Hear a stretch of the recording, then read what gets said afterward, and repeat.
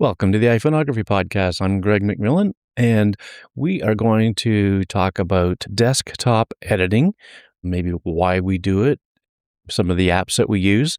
But before we do that, let's bring in these guys here. There's Dave and Dwight. Hey, guys. Hey, Greg. Hey, Dave. Hey, everyone. If you guys are well, I mean, I think, Dwight, you might have a couple of years on me. I'm not sure. I think you do. Dave, you're the young buck here, but I mean, my eyes are starting to get to the point now where I would like to see what I'm editing on a bigger screen. So if I might use the iPad, but I only have the 11-inch iPad. But it sure is nice opening up an image on my iMac, which is a 24-inch screen, and being able to see more of the pixels. So we've been maybe doing a little more editing on the desktop in recent years. I mean, I know I have. And so I thought, hey, actually, I don't know, I'm not sure whose idea this was for this show. I think it was Dave's. Yeah. Yeah, I think you're right. Mm-hmm. So we're going to talk about editing on the desktop, what we use, why we might do it, a few things like that. But before we get started, Dave, you wanted to talk about something to do with Apple Silicon, so I'll give you the floor. Oh, thanks so much, Greg. So this is something that I actually forgot about. I actually, until like 30 minutes ago, that if you have an Apple Silicon Mac, you can download your iPad or your iPhone apps and use them on your Mac. So like certain apps like Photomator, they have mobile and desktop versions. Of course, the Photos app and other apps have the same equivalent. But some apps that I use, like if I want to try Visionist or, one of the filter apps I have on my phone, I can actually go to the App Store on the Mac, download them and use them on my Mac just like I would on my phone. So if there is an app out there that you're like, I love this on the phone, I have it, I'm happy with it, I don't want to necessarily look for an equivalent desktop. Well, if you have an Apple Silicon, they'll work. You don't have to worry about finding a new app if you're like, I'm comfortable with a few apps, so this way I don't have to relearn the process and relearn everything all over again. Mm-hmm. It may not be formatted for the Mac though, right? It may have different window size, that type of thing. Yeah, but yeah, you're right. Yeah. If you if you're an old time user of the iPad, when the iPad first came out, and a lot of the apps were just iPhone apps that were scaled up, like Instagram for 14 years or plus. Yeah. Where it was the iPhone app, and it was like great to hear that I could let that out, Todd. Yeah, because the M series is based on the iPhone chip, so they're very similar in terms of how they're built. Also, you figure that iPads have M series chips now, so they have to let everything kind of talk to each other. Yeah. It's a much smaller learning curve, if anything at all. I mean, basically you're using the same app. So, but there are apps that have an iOS version, an iPad version, a Mac version. Like one that comes to mind is Touch Retouch. There's the iPhone version and there's the Mac version.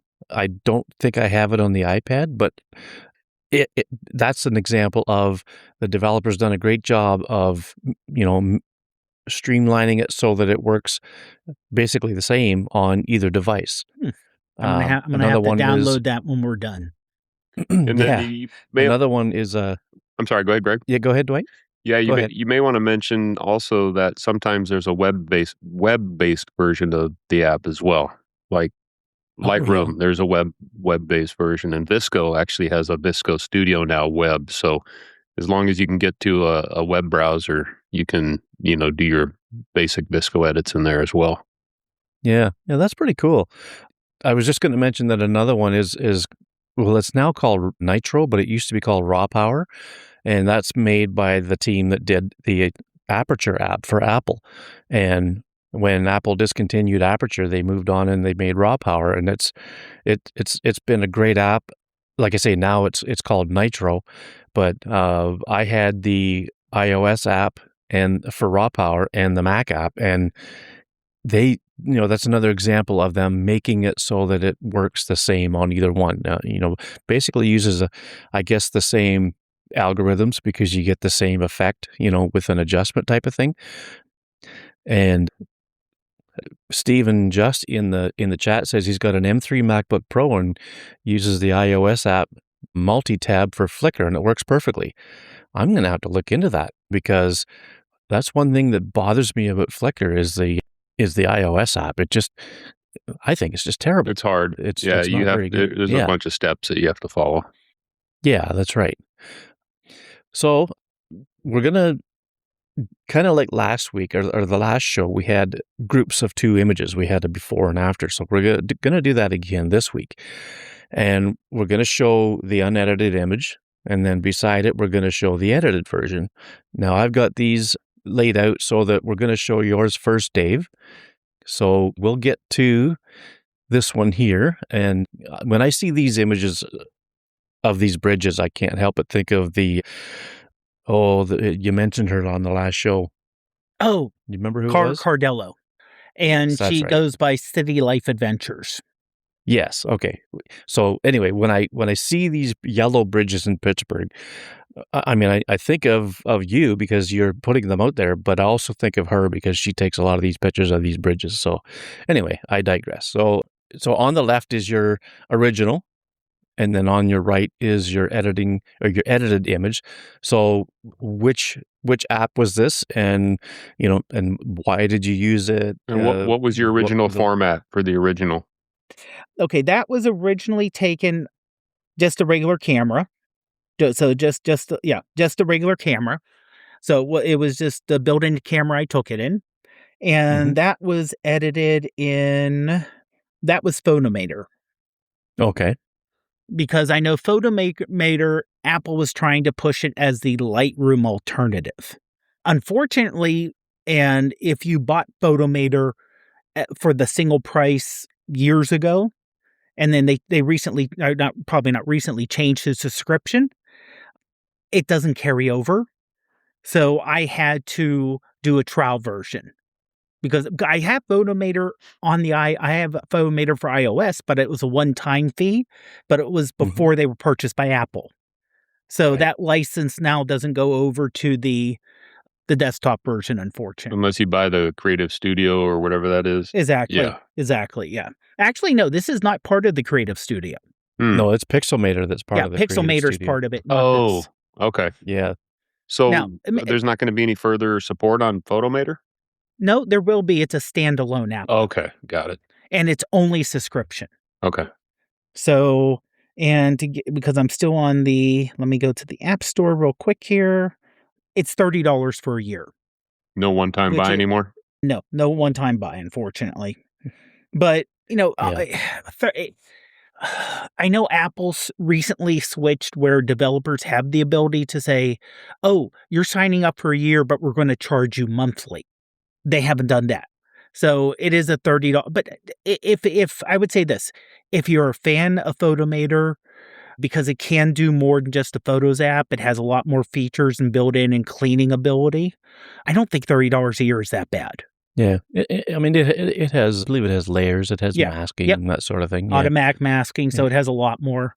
But so this one I did in Photomator, and I wanted to give it a little bit more contrast and a little darkness to it, mainly because it was a very overcast day.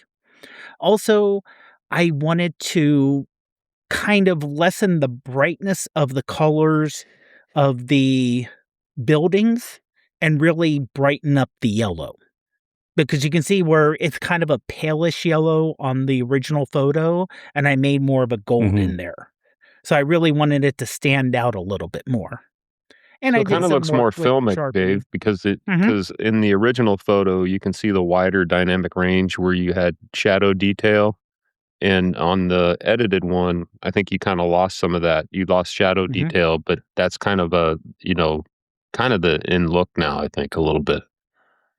Oh, and actually Todd put something, lifetime for 120. Yeah, my license shows lifetime. I have a lifetime, but Okay. I don't think I paid that much. But I might have. Who knows? Yeah. I grabbed it when it was on sale one time. Yeah. I think same thing. But yeah, so and also, Dwight, that's one thing I've been trying to do is even when I'm taking photos with the built-in app to try to edit them more like film. Yeah. That's the You thing know, right now. try not to over sharpen, Yeah. trying to, especially when it's like an overcast day like this, and you can look at the building to the left of to the bridge. That's an older building. So it's a little, admittedly, even the building straight ahead, I think is from the 70s. So it isn't new, but to give it Mhm. more of like of a grungier look to, especially this was during the 5K run I did this past Saturday. And just the mass of people going across the bridge, filling it up. So I kind of wanted to give it more of, like I said, more, I don't, not grunge, but, a grittier look to it. Yeah. Like, to me, it has an old-time film look. Yeah. Which is kind of cool. Something I mentioned to you guys while we were prepared, once we decided to do the desktop editing, I mentioned on Saturday because I did my race and then came home and did normal running around weekend stuff. And I Mhm. mentioned that I'm so used to, okay, I took photos. Now I'm going to go to my phone and I'm going to edit them when I'm like waiting in line or, I'm having a little downtime. Okay, put down the phone. You don't, it's almost like the social media itch that a lot of people Yeah. get for like scrolling stuff. It's like, okay, I have the device here. I want to, no, don't edit. You said you're going to do these on the desktop. Put Yeah. down the phone, Dave. But of course, it's Yeah. also another reason to do desktop is that when you're generally on a desktop or notebook or, on a computer, you're doing that. You're literally saying, I'm going to sit down, I'm going to turn on the computer, I'm going to open it up. You can't, with the phone, you can say, oh, I'm waiting for a seat at the restaurant. I'll open up whatever app I have and I'll just start editing here so I have something to do while I'm waiting to take Mhm. time.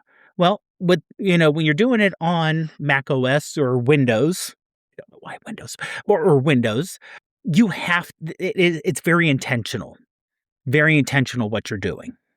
Yeah.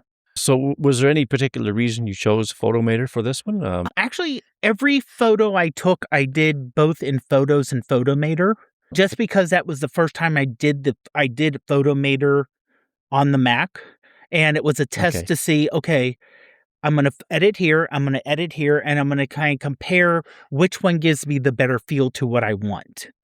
And I like, first of all, you can see on the bridge, it's a little hard to see probably on the YouTube channel, but the bridge itself, they painted up like 10 feet, a little deeper yellow, and they left the top kind of a paler yellow. Yeah, I can see that. Yeah. Like the support Mhm. wires or whatever, Yeah. Yeah. those are lighter. Yeah. Yeah. And so, Cables. so you really couldn't do much with that on, in the Photos app. But Photomator, because it does have a really good tool for masking, I could say, okay, mask this color, and I could pick the bridge color and now adjust it this way. So I was able to make everything kind of match and it looks the same. Mhm. Because it does have a mask where it'll say mask sky, and it does a pretty good job with picking out the sky. Subject, which if you have a group of people, hold on, I get cat here playing with something. Uh, I know making noise. If you have a group of people, it does have issues with this picking out a subject because it's not a person. If you have a person standing in front of a group, works out great. It'll just boom, mask that particular person. And then you can do, or if you want to mask everything but the sky, it's, the classic mask sky, go in, invert, and select. So let you do that. So Yeah. the masking tool, and it'll mask by linear, circular, like I said, by color. So it's pretty, it has a really good mask tool. And that's the same thing with mobile. And so you can easily go there, mask, and make all the necessary adjustments you need to. Yep. And lots of pre-built-in filters to start with, then make the change from there. Yeah. I found it to be pretty powerful. What I like about it really too is, even before Apple purchased it, it was very Apple-ish in its design. Yeah. It looked like it belonged as in part of iOS. It'll be very interesting to see, at WWDC if Apple has made any plans to integrate Photomator into the Photos app, and into the editing side of it. Mm-hmm. The first thing I thought of when they bought it is that's what they're going to do. So, hey, we'll see.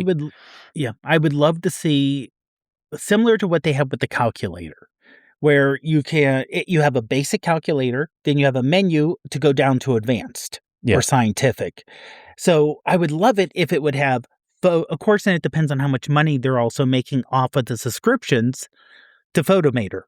Yeah. If they're making a good amount of money and they don't think they can make up the cost somewhere else for like more people buying, I want to buy the iPhone now because there's a more advanced photo editor. If they think they can make more money off the subscriptions, they're going to keep it separate. Yeah. It is a business decision. Yeah. Oh, yeah, for sure. So your second picture is also from a run by the looks of it, because there's a lot of people there. There were tons, yes. This is actually the start line, and this one was the built-in Photos app. This was early morning, little before 7:30, and again, this is me just trying apps to see, and I like the way this turned out because it was able to handle looking directly into the sun pretty good. I had to do some adjustments because it would kind of blow dealing with and it's not just sun, but it's sun behind clouds. Mm-hmm. And, I was having trouble getting that right. I did boost up the shadows a little bit. So, because, and I did kind of, I tried to make it so it was a little bit clearer. Also, I wanted to highlight the sun hitting everyone's head, where there were like little crescents on top of everyone's head. It's like going all the way down little where the hair lights on everybody's head. Mm-hmm. Yeah, exactly. Mm-hmm. And just having this mass of humanity going towards one point straight ahead. Yeah. It's an interesting photo, and the lighting really adds to it. I think it was on the last show I talked about how I've really been trying to emphasize the lighting, and you've really done a good job of doing just that with this image. Catching that light on everybody's head like that, and and you're still able to see the detail in the trees and the buildings and stuff, even though the light is coming from beyond that. Just it's a testament of the dynamic range that the iPhone's capable of capturing. Mm-hmm. So, and again, this was done by the built-in app, and a lot of times my race photos are built-in app just because even when I'm stopping to take a picture, I don't necessarily want to fiddle with an app. Yeah. People will see on my socials that I did take a couple photos from the race yesterday. And at that point, it was like, I'm going to use Project Indigo because I want to use a 5x zoom, and that works so much better, or, even further zoom possibly. So I did stop and take the time to do that. Yeah. But for the most part, when I'm on the go, I just prefer it just because it's so much easier just to open, click a photo, and it's like, okay, I can clean stuff up later when I have time, when I'm not rushed. Yeah. Well, cool. So my first one, this was actually taken, now look at the clock, it's 8:22 p.m. on May the 4th. May the 4th be with you. This photo was taken exactly a year ago at this time of night. 8:22 p.m., May 4th, last year. And it's just kind of cool that we've got to that point in the show where I was able to just pop it on the screen and there it is. That's cool. So What's the original format, Greg, on that photo? it's a DNG. So I used re-expose on this, and re-expose gives you a DNG file. So I did this one in Luminar Neo, and obviously I really altered the colors on it, give it a nice warm glow. I think in Luminar Neo, I'm pretty sure I used a preset to give it that, a real warm sunset look. And then, just the usual suspects, playing with the color contrast, that sort of thing. Being a year ago, I can't remember everything I did with this. I tried pulling it back up in Neo to see if it would actually remember what the edits were, but in the ones that I tried, it didn't do that. But what I love about Luminar Neo, and I've mentioned this before on the show, is the Mystique filter, where it gives you a softened, almost kind of like an Orton effect look to an image. And I use that on this one. I mean, you can still see the sharpness of the edges, but with a softness, kind of surrounding it. And with Neo now, you can use the masking to select certain brightness levels throughout the frame to just give the effect to those levels, like to those areas of the image. And I probably would have done that with this one, with probably maybe the dark shadow areas, and left the brighter areas alone. But that I don't think that functionality was available a year ago when I did this. So you talking about the first of all, it's a great edit, and I don't think the YouTube these photos are doing it justice. You have to look at it on the podcast site. Yeah, but I think you're talking about where you had shadow detail in the original, and then it's kind of crushed on the edited one. Yeah. The in Mystique the super filter, dark tones. Yeah, the Mystique filter has a thing where you can give it that effect, more in the shadow areas. It's everywhere, but I mean, it'll emphasize it in the shadow areas even more. And I probably pulled that down to make them a little darker. Sure. But yeah, it adds some mystery to it. Yeah. And then of course I put a vignette on there. With Luminar Neo, when you do a vignette, you can select the subject so that'll be the brighter part of the frame, and then the vignette goes out from there, even if it's off center. So I'm thinking I chose, if you can see my mouse on there, where this the right of that tree dock comes out, or around this area here, just right of center. I probably chose that as the subject. Yeah. But yeah, you can see it pulling heavier from the left. Yeah.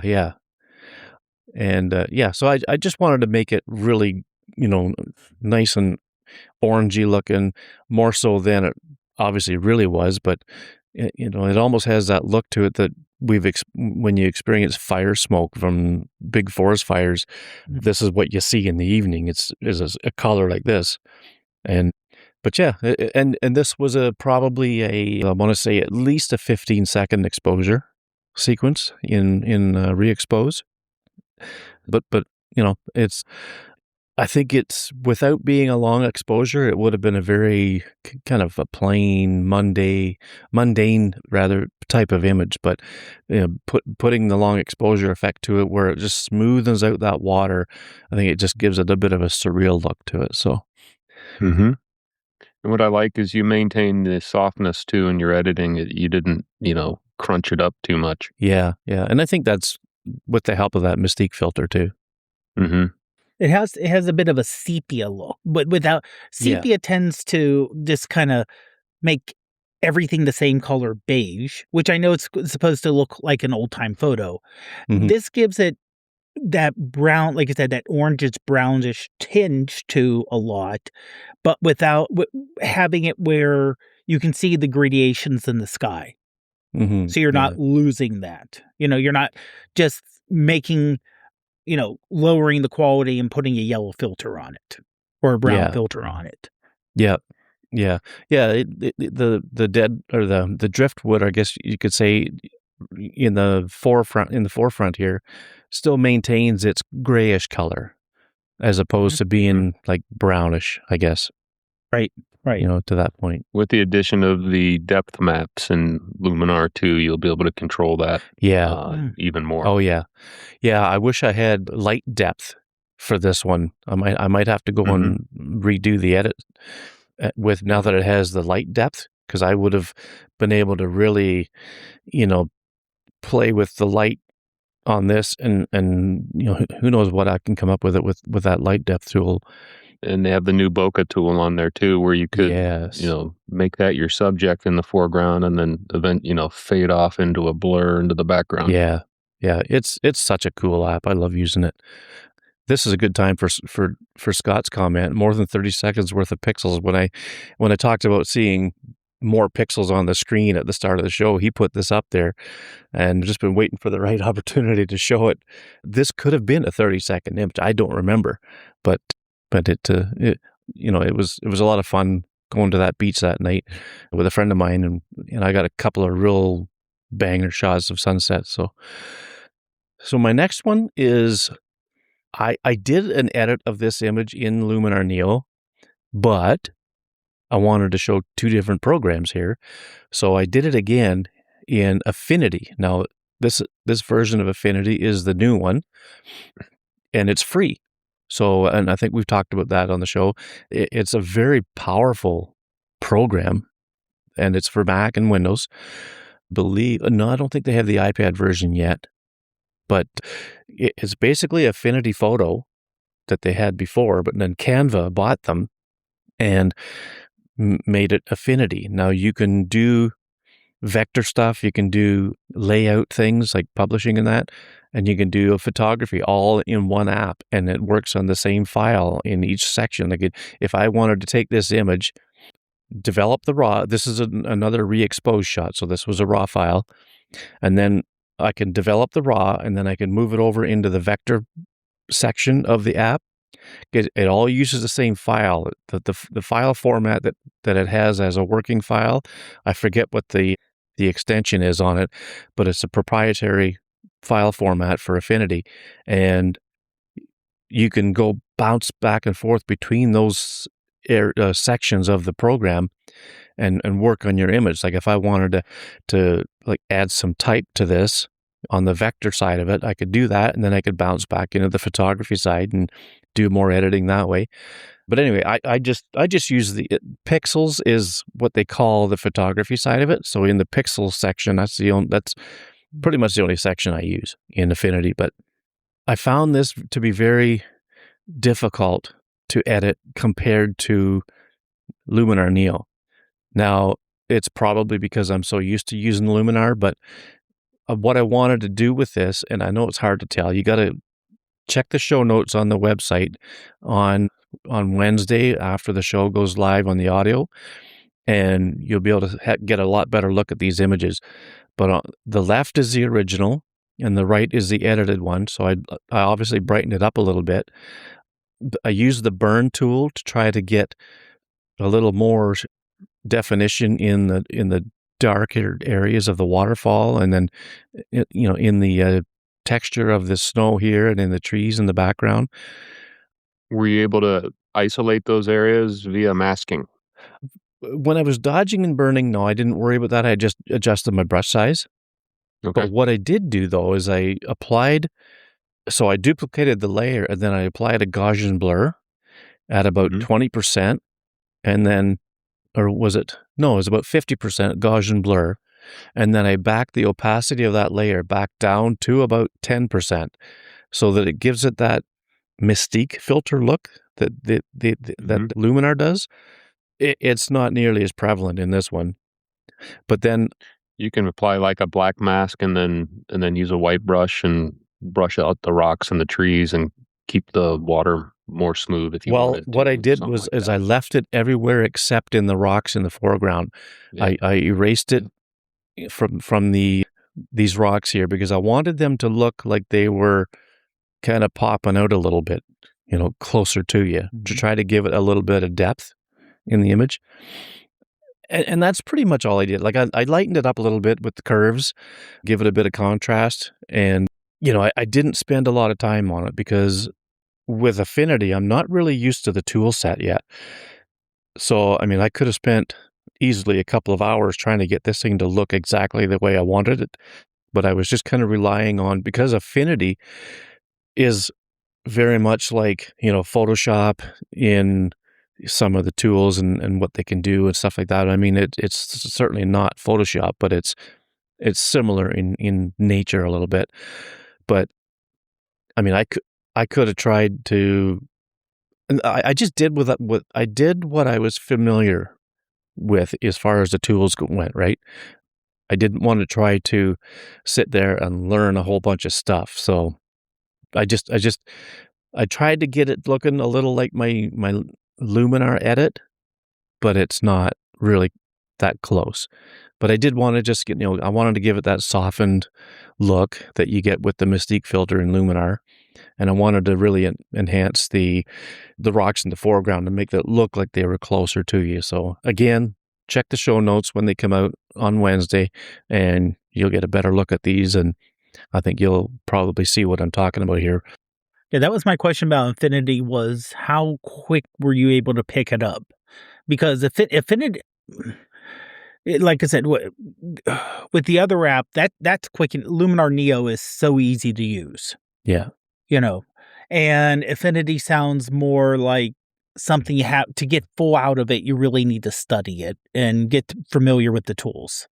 Yeah. Of course, it's also free versus it works similar to Photoshop, but it does things a little different. Yep. And the nice thing about it has Affinity some is limitations, when you hover your mouse over a tool in the tool palette, if you just hover over it, it'll pop up with a quick little thing about what that tool is and what it does. So that kind of helps too. But yeah, it's a learning curve for sure. Like if you're not familiar with these types of editing programs, I mean, Affinity is a great place to start because it's free. The paywall has the AI stuff, like kind of like generative fill, that sort of thing, all that stuff behind the paywall. Trust me, you don't need to pay for that stuff because if you want to, I mean, you got, there's a clone stamp, there's, eraser tool, that sort of thing. That stuff's available in the free version. It's just the AI stuff that you have to pay for. And I honestly don't think that, I mean, unless you're going to really use this, unless you're going to use Affinity a lot, I wouldn't worry about paying for that stuff. I don't think it's something you really need, right? So that's, but that's the Affinity image, and it's kind of fun playing around with it. And, I don't know how much I'll use Affinity going forward, just because I've got Neo and it's just so nice. Like you said, Dave, it's so easy to use compared to this. Mm-hmm. So now on to Dwight's first one here. Okay, so let me just preface a little bit what I'm doing with my two photos. So when I first started editing, when I started learning iPhone photography, I also realized back in those days I needed to learn how to edit my photos because they didn't necessarily correctly represent what I was seeing in the scene. And then kind of as we moved on in the years, it started to look a little bit better, but it started looking a little bit more processed. So my two examples today are going to be one that was taken with an app and then edited on the desktop with another app. And then the other one will be a raw photo in my raw, kind of my raw develop using Photoshop. So in this case, on the left, I'm really hooked on this FXN camera with DazCam, which is a film emulation camera. It's just blowing my mind. So what really, as a desktop editor, and I've said it before on the show, I love editing raw photos. It's one of my favorite hobbies to do. But some of these film cameras that are out now are just taking unbelievable photos. So anyway, this particular photo on the left was, it was done as soon as I took it. I didn't need to do anything else to it. But in this case, I took it out to DxO Film Pack 8, which is an app I have to where I can add photo emulations to it. So there's all kinds of different, cameras of the past, and you can put them on there, adjust opacity. There's a full-fledged editor, highlight shadows. Very good. I mean, like a DxO editor. In this case, I just threw a Kodachrome 64, on top of the original one. Mhm. And, I tried with a few of the other ones, and this was just perfect. It was just kind of like in any photo editing process, I think the last step is always kind of a color grade. So in this case, I thought that the Kodachrome 64 worked fine for it, and then I was done. There was absolutely no editing other than straight out of camera to DxO Film Lab 8. I put that 64 on there, and I was completely done. At full strength, Dwight? It's that easy. No, I think it defaults at 50%. I might have wiggled that, and I didn't want it to look unnatural. But if you look at the original photo on the left, you can see a little bit more green in the shadow. Yeah. And on the right, it's just a little bit more kind of contrasty. It took that green out of the shadow. Yeah. You have to see it, off of this to really kind of see it. But yeah, not at full strength, Greg. Yeah, okay. Because I think Kodachrome is known for cooling things down a bit, right? A little more contrast and cooling things down. Yeah. Yeah. And the whites look about the same on the white balance, maybe a little bit brighter on the Kodachrome one. I did lose a little shadow detail in the bush in the midground there, Greg. Yeah. But I think that I could mask that out if I wanted, but I think it adds to the contrasty look that you're talking about. Yeah. Yeah, it looks like it may took some of the bluish away on the white. I'm looking at I think it did. I'm looking at the side of the wall there, and Yep. it's on the original. It had a very slight bluish tinge where it's a little more neutral, if not a little pinkish, at least to my eye. I mean, not pink, but like barely there pink. Mhm. Yeah. Yeah. And for the viewers, that home is like that. There's no perspective correction. That's a real old house. Oh, yeah. Okay. 1700s. Yeah. So Oh, wow. it looks like that. It looks kind of like a haunted house. But yeah, it's I like the lion's paw plant in the foreground. And again, as you were talking about earlier, Dave, I think film right now is all the rage for a lot of people. Definitely for me as well. Yeah. Yeah, the contrast that it gave itself kind of behaved a little bit like a vignette, but just in the shadow areas, which is kind of cool. Mhm. Yeah, if I would have edited this in Photoshop, I would have used blend if, and I probably would have protected the darkest darks a little bit Mhm. just to keep, some of that shadow detail in the corners on the bottom. Yeah. No, but I mean, hey, it looks good, even with all that contrast. So, like Yeah, it's just a simple. the shadow of the roof on the wall there, I mean, it really covers up some of the detail that was there, but it's fine. I mean, it looks okay. Mhm. It's not like it's hiding anything that needs to be seen. So, Right. yeah. Yeah, I would also say, for pretty much all of our photos, both it isn't a matter of we took a bad photo that came out of the camera and edited it to make it look good. Generally, they both look good. It's partially a matter of the feel you want to give to it. Yeah. Yeah. Pics by Patrick says all iPhone photos. Yes, sir. They sure are. Mhm. Yes, sir. All iPhone. Yes. Yeah, I don't know that any of us have a traditional camera. Dave, you might have an old one, I somewhere I think But I would not- have to but you charge don't up use the it, though. battery. Oh no, no, Yeah. no, no, Yeah, no. so I have a film camera sitting up there. I wouldn't even know how to start using it. yeah. There's film in it. Oh yeah. Oh wow. So Film yeah, phone. Patrick, these are everything we do here is iPhone camera Mhm. related. Tonight we're talking about desktop editors because it's something that we're getting into, and Dwight basically started his iPhone photography journey editing on the desktop. So Hey, why not do a show about it? Yeah. But as soon as you see it on the big screen, it's just, to me, it was a game Yeah. changer. No, it makes a Yeah, for big sure. difference. Yeah. Yeah.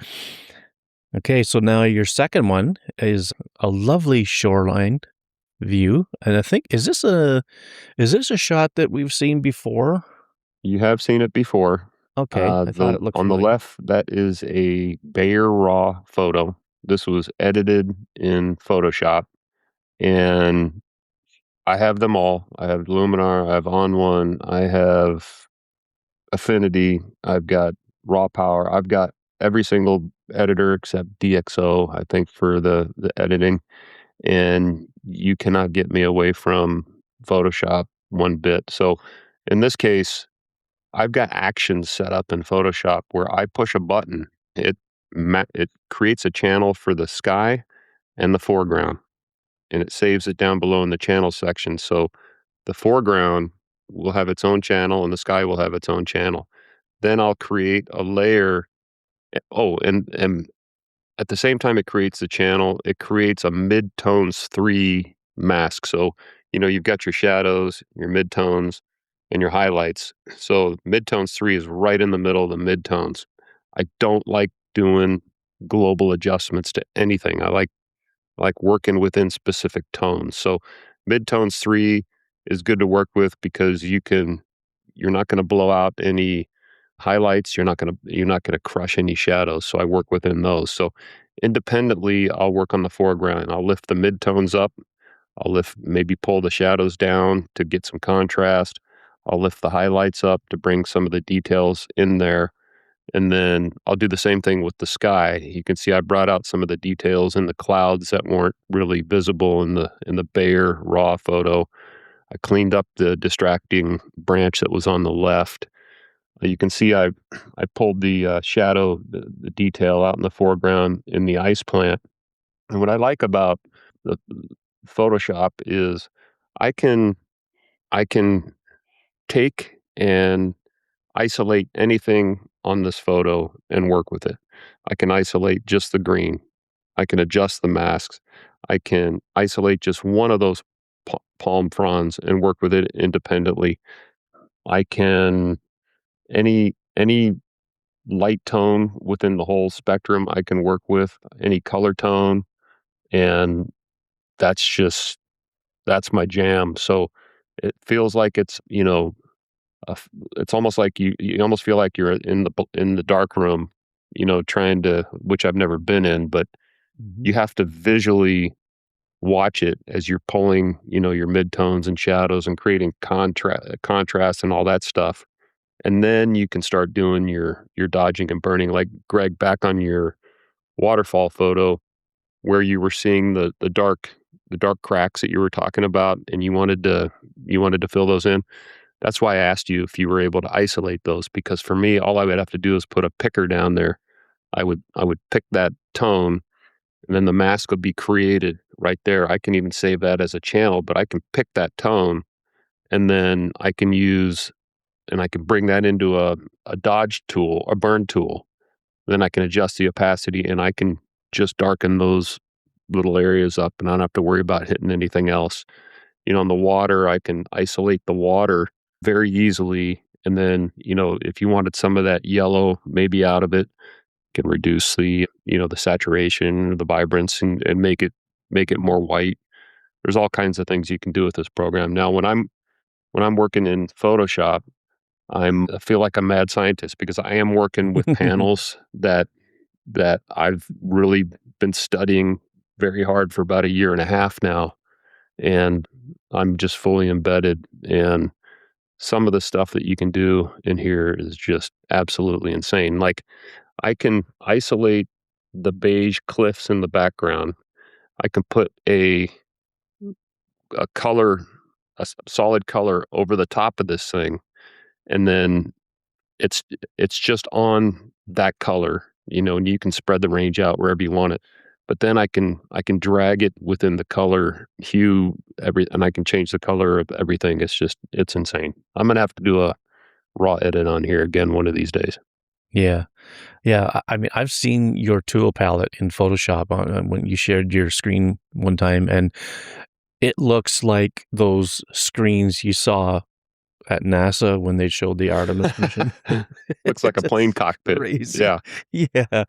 And I mean, yeah, I don't know how you keep it all straight, but Like I can do a global adjustment, say midtones 3 on this whole thing, and then with that tool, I could subtract out the sky so it doesn't affect the sky, you know? yeah. I mean, I can do that all over the place. You can mask within a mask, and it's crazy. Yeah. Yeah. It's not really that indifferent to what Ansel Adams did in the darkroom. Mhm. I mean, sure. I mean, there's a lot more specifics that you can do compared to what he did back then. But I mean, he would go through a number of different I say processes or whatever, or different times that he would work on an image in the darkroom until he got it the way he liked it. He would try Yeah. this. Okay, that didn't work. He would try that, and that didn't work. He would just keep going until he got it the way he wanted. And I gotta That's what's nice book about Photoshop is because you're working non-destructive layers. non-destructively. Yeah, for sure. Yeah, everything is non-destructive if you set it up correctly. I would like to Yeah. give a shout out to Dave Kelly and the joy of editing. If you go and look at him on YouTube and watch some of his TK9 Friday edits, they're mind-blowing. How Yeah. this guy it's just I can't wait till Fridays to watch this guy. Yeah. Well, we'll put a link to that in the show notes, Yeah. along with links to all these programs that we use. And I'll say that these I'm not affiliated. I don't get paid anything. I know he's got discounts because somebody else made them, but these panels, I think for all the panels, like $30. I mean, it's like, Oh, wow. yeah, but you put them up there and you're like, well, now what do I do? So you gotta, Yeah, you have to yeah. learn them. But I'm Photoshop all the way. I used to think Photoshop was to make weird stuff, but there's just no better program for masking and isolating different color and luminosity tones anywhere. Yeah.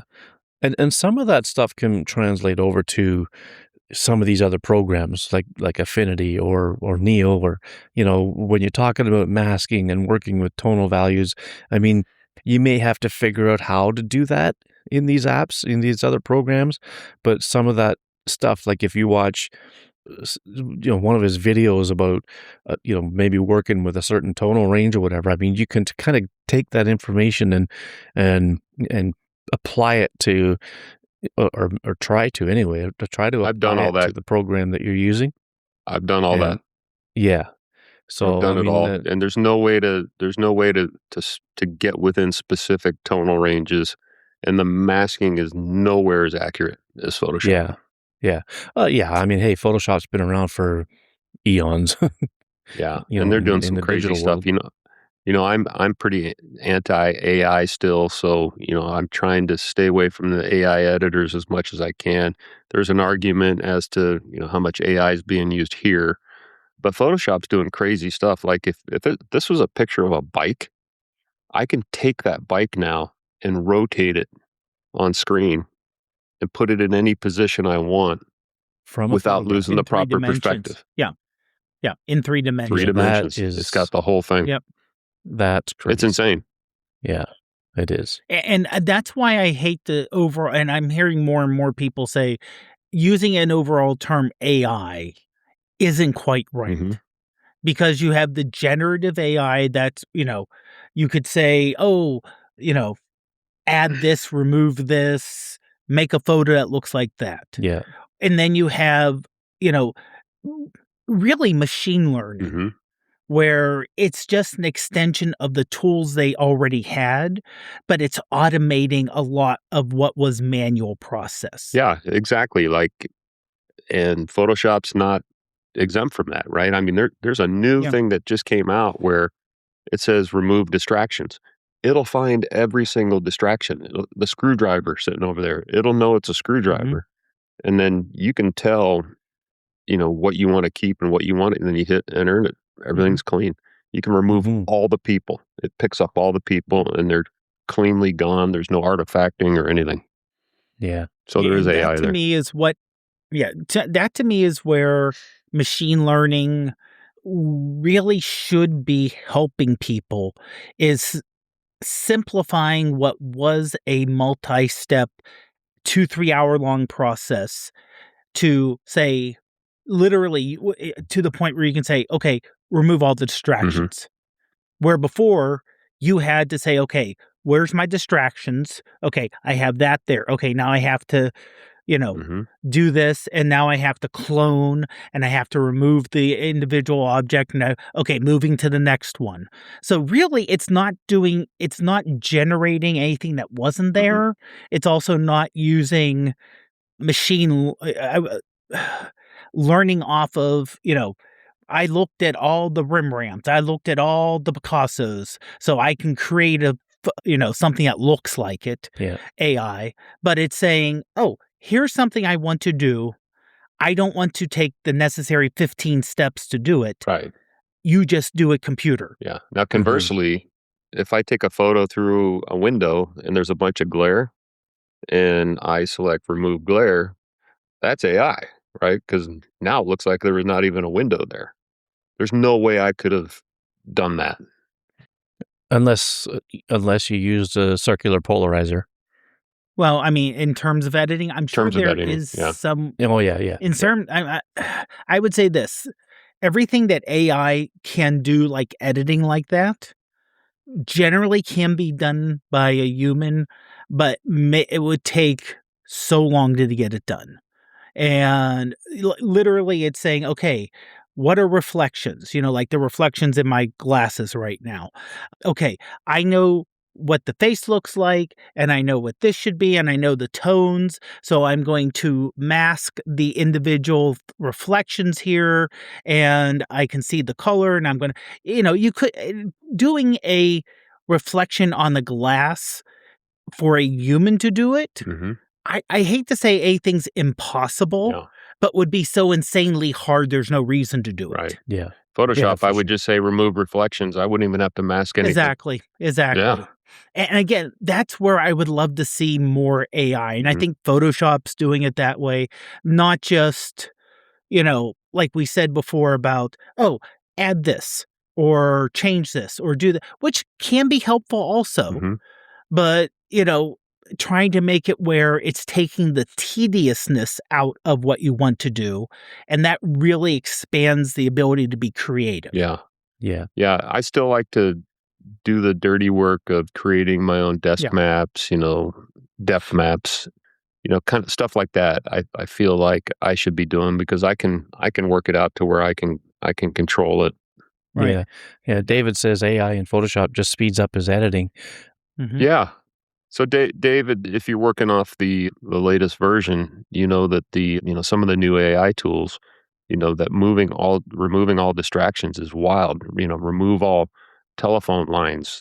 That's one of them you can pick. Remove all people. Now it's remove all distractions, and it'll go in there and look at stuff. There mhm. might be a little pebble right there that's, drawing your attention off looking at and it'll grab it, and it's crazy. Yeah. Yeah. And honestly, based on a photo I took yesterday, remove all telephone poles and lines would have been wonderful, Mhm. Oh, yeah. because it was a photo down the street, and it was filled with I took one out manually because it was very large and very distracting, but it's still, the entire street, being a city street, had tons of lines. Mhm.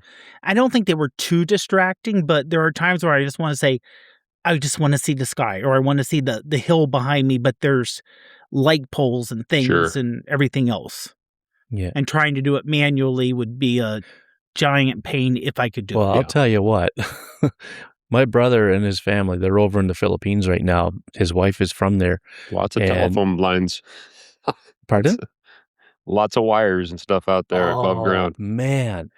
The you've got a utility pole, and you've got probably easily 50 to 60 wires going across that pole, down the street and then over this way and that way. Mhm. It would be an electrician's nightmare Yeah. if, one thing went wrong and you'd have to find out what it was. That's how I I'd get see it zapped. anyway. I'd get Like zapped. oh Yeah. yeah, I wouldn't even touch it.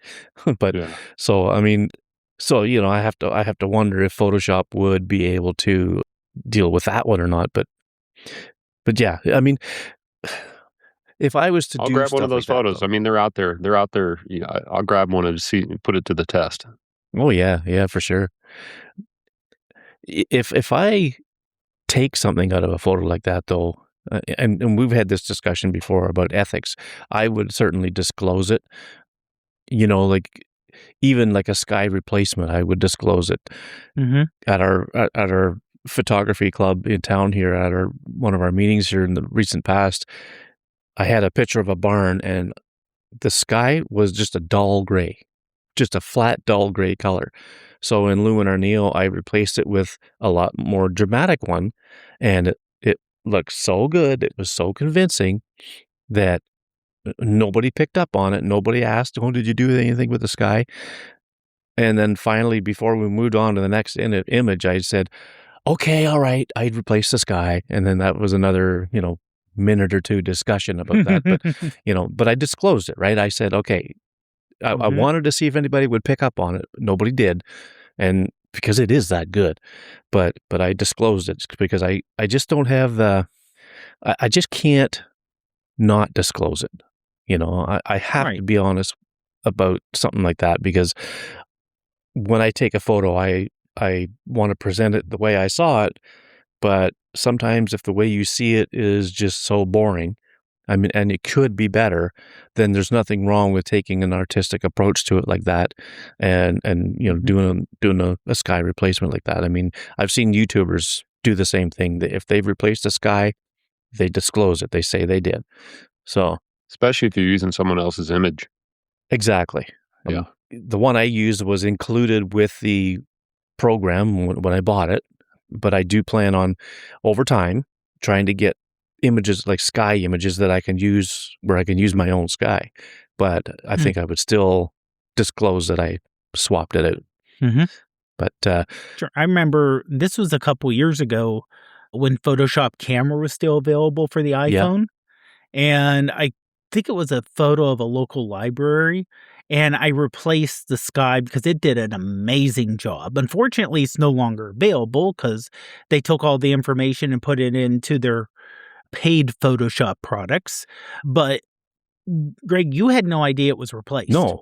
no, I remember that. And it did, yeah. And you could actually, it wasn't like sometimes you do like a sky replacement or something and it looks like, oh, yeah, that's fake sky. Yeah, It did such a good job that you could easily believe that would be a real sky in that position. But it was like you said, beige overcast day where it would just kind of bleh. yeah, Yeah. yeah. There's a lot of philosophical interpretations of AI. I think we can probably do a whole series of shows on AI for sure. Oh, yeah, Um, yeah, but, yeah. as I mentioned before, I used to compete with my artwork and I stopped because I found myself competing with people that were doing AI where I was doing my own compositing and, all my other stuff, but kind of took the creative piece out of me that I'm kind of fighting back to kind of create my own style again and not use AI.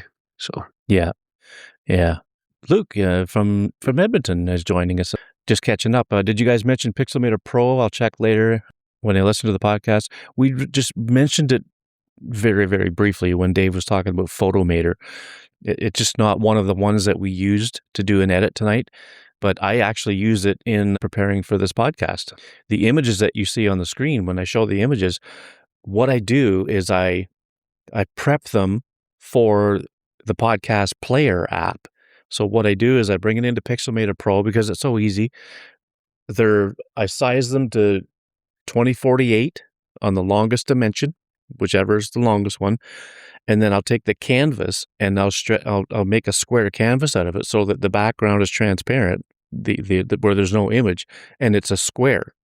And so these images that we looked at tonight, they're actually square images, but the empty space is transparent, so that when it goes into the podcast player, when I upload the audio, these images are embedded into the audio file, and the Podcasts app on Apple used to show them in the right ratio, and then it started stretching them to the point where they were square if they weren't already square. So that's when I had to start doing this, making a square canvas and making the background transparent, so that when the podcast player is playing along and we're talking about an image, you look at it on your phone and it looks normal. So it's an extra step that Apple forced me to get into doing, and anybody else for that matter that shows images in their podcast, because I don't want us to have square crops all the time, because we don't always shoot for that, right? So, but that's what I use Pixelmator Pro for. Just well, literally every time I prepare for the podcast. So, Greg, Pixelmator Pro. Yeah, I'm sorry. Go ahead. I was just going to say, Pixelmator Pro is a very, very good app. And unfortunately, if you don't have it, the only way to get it now is by subscribing to Apple's Creative Suite. With, what is it, Final Cut Pro and all those things. They've thrown Pixelmator Pro in there. If you had it before that, don't let go of it. Don't lose it. So what were you going to say, Dwight? Yeah, I would like you to, if you don't mind, putting Ginger Squatch's comment up there. I think this is a very interesting one, and I think that we could actually dedicate a show to this. I would say that, yes, over-editing in Lightroom can hurt skills, experience, and creativity in the field. Better be more creative behind the camera than in front of the computer screen. I agree to that to an extent. Now, when I first started doing iPhone photography, I had to edit my photos because of the sensor size was not representing what I was seeing at the time that I took the photo. But what I did was I over-edited it. I would use global adjustments. I would crank up saturation. I would crank up vibrance, and I'd be like, whoa, this looks so much better. But I actually killed the photo, and I didn't see that for years. And that's one of the reasons why I started, editing in RAW. Now, how creative can we be behind the camera? That's a very good topic to discuss, I think, at some point. With some of these newer apps that we have that are, have the built-in emulations, maybe that can play in front of it. Maybe, I'm not sure this poster is talking about, composition or, the actual editing piece, but I think that's a very interesting comment that we could explore further. Yeah. And that takes me back to my comment about Ansel Adams. As great as a photographer as he was, he still edited a lot in the darkroom. I don't think he ever, maybe he did, I don't know, but I can't see that he would ever put out a straight out of the camera image. I mean, when I say that, I mean, go into the darkroom, process the film, put it on paper, hang it up to dry, and there you have it. And I don't think he would ever put that out there. He would always want to use his creativity to, play with the tones and the zone system and all this stuff that he was famous for. I think I would be really surprised if he ever put an image out that was straight, like, quote unquote, straight out of the camera. Yeah. But I understand where this person's coming from, Yeah. Oh, yeah. To today, for sure. Yeah. Oh, yeah, absolutely. We could probably do a show sometime about shooting straight out of the camera, or what the images are like straight out of the camera. Are they fine? Are they happy? Are we happy with them? But there are some creative tools that we can use that in the capture process that maybe can be enough, like photographic styles in the Apple camera app, or like you said, Dwight, these film sim apps, like Mood Camera is really good for getting the shot right off the bat. I mean, you don't know it until after you take it, but you want to talk about an app that's taken off. That thing, people are dropping their Fuji cameras for that thing.